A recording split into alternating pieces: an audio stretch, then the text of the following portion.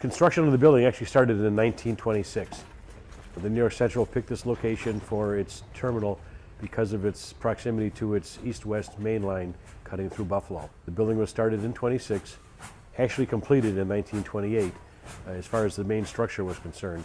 But at that point, the New York Central brought in artisans to finish up the detail work of the building, and that took an additional 9 months, which ended at the opening in June of 1929.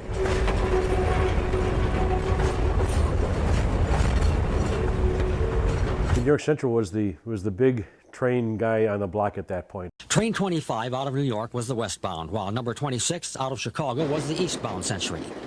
They passed somewhere near Buffalo and sometimes arrived at the Buffalo station at the same time. They were the main rail line between New York and the East Coast and obviously Chicago. So they were the main hauler. They handled the most freight, most passenger service in Buffalo, and they were the ones that took it upon themselves to finally build the Union Station, quote unquote, that the city of Buffalo wanted. Over $14 million in 1926, 1927, 1928 dollars. We're talking somewhere between $2.5 to $300 million. But whether you could get the same kind of artisans and the same kind of work today, that's questionable, but certainly that's the biggest issue right there. Spent so much time of my life here.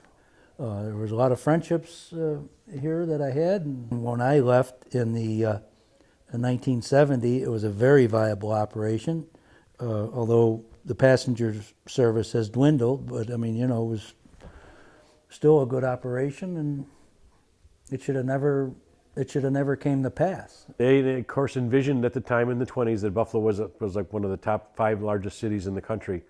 They envisioned that to keep on going, and that they thought we'd be one of the major centers because of its proximity to all the major centers in the East Coast and West Coast, or west part of the country, that this would be a very large city of 2 to 3 million people within 15 to 20 years. When I was a little child there, I remember leaning up against the wall at Curtis Street, where the Pepsi machine is now, standing in line number 1, waiting for my father to buy a ticket to go to Pittsburgh.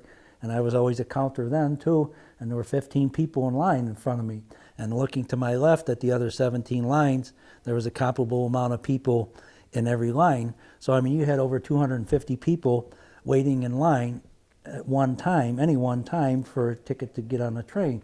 It would be a fantastic thing for Buffalo, and obviously for the Central Terminal if it's used as the terminus for it in Buffalo, and it would be a catalyst for rebirth on the east side, no question about it. This is part of the heritage of the community, the whole Buffalo area. This is kind of a monument to the earlier part of the 20th century. People don't believe space like this still exists in Buffalo. They don't believe that something like this is still available. You can't build a building like this anymore. It would just cost too much.